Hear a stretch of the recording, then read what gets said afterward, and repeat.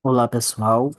Eu me chamo Marcos, sou professor de biologia e gostaria de conversar hoje com vocês sobre alguns termos que estão relacionados à biologia, mais especificamente falando, à genética, tá? Que são os termos cromossomos, genes e alelos. A gente vai ver que, apesar de serem termos que estão relacionados ao DNA, eles não vão estar representando a mesma coisa, tá? Pessoal, a primeiro momento eu decidi trazer aqui para vocês a imagem de um cariótipo nosso, um cariótipo da espécie humana. Aí aqui eu tenho a imagem A e aqui eu tenho a imagem B. Cada um representa o cariótipo de um indivíduo, tá? Então aqui eu tenho um indivíduo e aqui eu tenho outro indivíduo.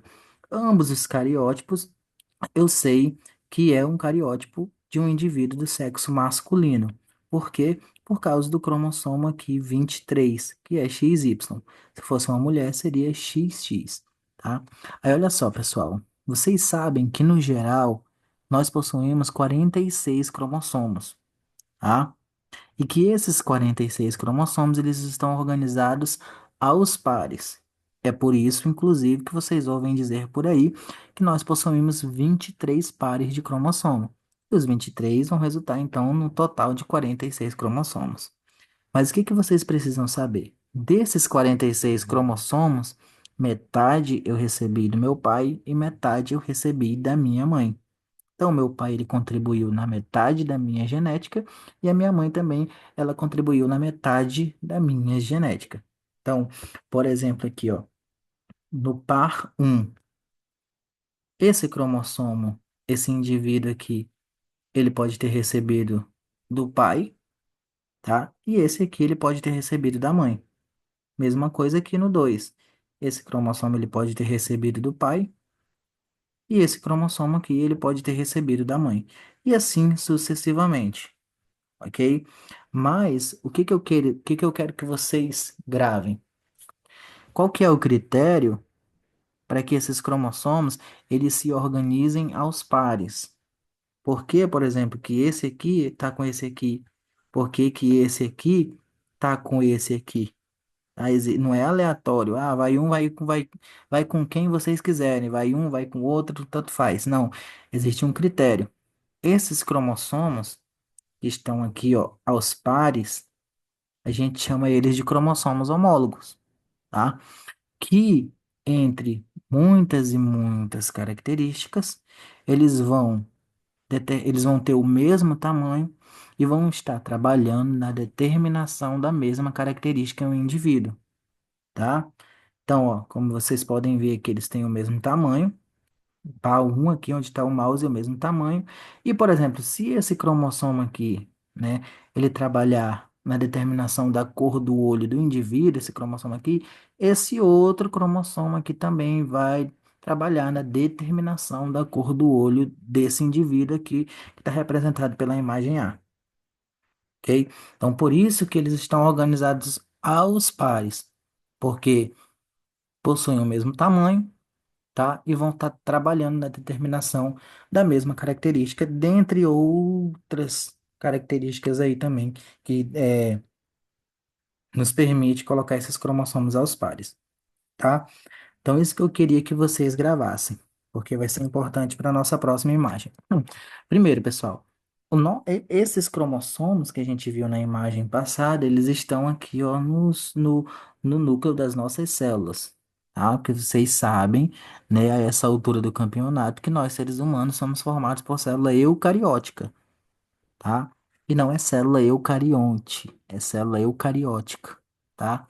Então, quando a gente se refere à célula propriamente dito, é célula eucariótica ou célula procariótica, porque eucarionte e procarionte é o indivíduo que é formado por aquela célula, tá? Então, nós somos indivíduos eucariontes porque somos formados por célula eucariótica, tá bom?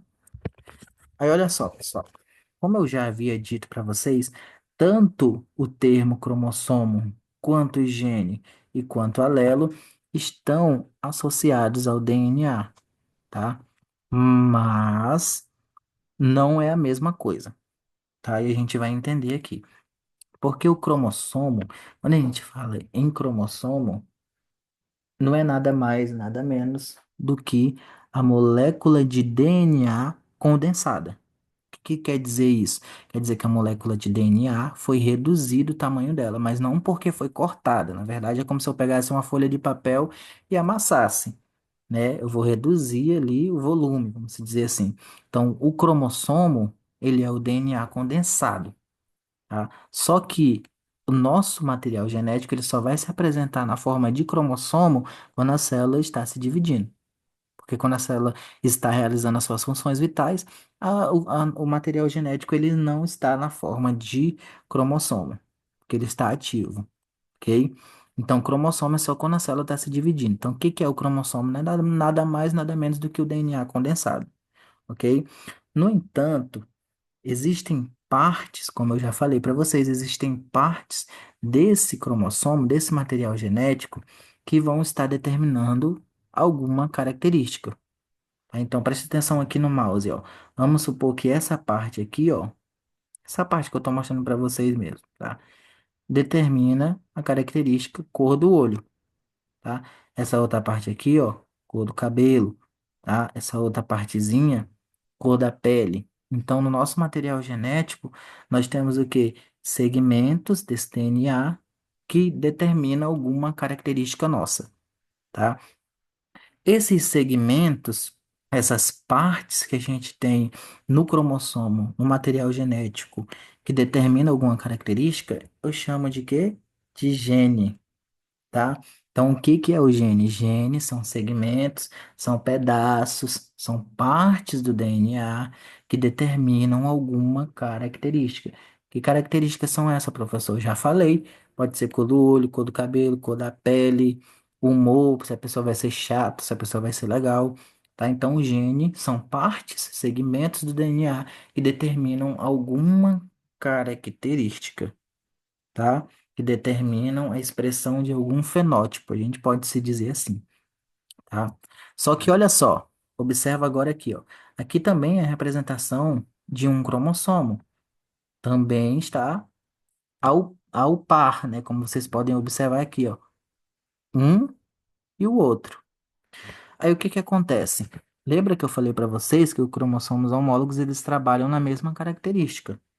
Então observa aqui, ó, se aqui esse cromossomo aqui nessa parte vermelha que é o gene, que é um pedaço do DNA, se esse gene determina a cor do olho, essa parte aqui determina a cor do olho, essa outra parte no cromossomo também vai determinar a cor do olho, porque são cromossomos homólogos, trabalham na mesma característica, tá? No entanto, o que que acontece? Preste atenção. Esse cromossomo aqui, apesar de determinar a mesma característica a cor do olho, vamos dizer que esse cromossomo determina que a cor do olho seja verde. E essa outra parte do cromossomo homólogo determina também a cor do olho, mas determina que o olho seja preto. O que que acontece? Eu tenho o gene aí, os dois, o conjunto dos dois é o gene, determinação da cor do olho, mas com alelos diferentes. Um determina que o olho seja verde, o outro determina que o olho seja preto. Então, o que que é o alelo? São as variações desse gene. Então, quando eu pego cromossomo, DNA condensado. Gene, partes do DNA. Alelos, variações de um gene, tá? Então vocês isso que precisa ficar claro na mente de vocês, ok? Aí vai existir, né, aqui nesses alelos aquela questão que vocês conhecem, como dominante, como recessivo, né? Algumas vezes, algumas informações vão sobressair sobre a outra. Então, por exemplo, se eu falei que determina uma parte determina que a cor do olho seja preto, e a outra parte determina que a cor do olho seja verde, o que é mais fácil vocês verem por aí, pessoas do olho preto ou pessoas do olho verde? Olho preto. Então, a característica de olho preto é uma característica dominante, que vai sobressair a característica do olho verde. Aí que a gente tira aquela questão de dominante e recessivo que a gente vai trabalhar nas próximas aulas, tá?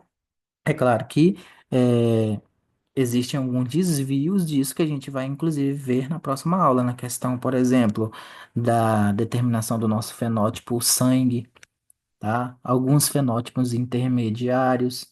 Então, nem sempre vai existir o que vai dominar e o que vai ser recessivo. Às vezes, os dois vão se expressar, às vezes, vai ter um fenótipo intermediário. Tudo isso a gente vai estudar daqui para frente, tá? Obrigado, espero que vocês tenham entendido. Se não entendeu, vê de novo até entender.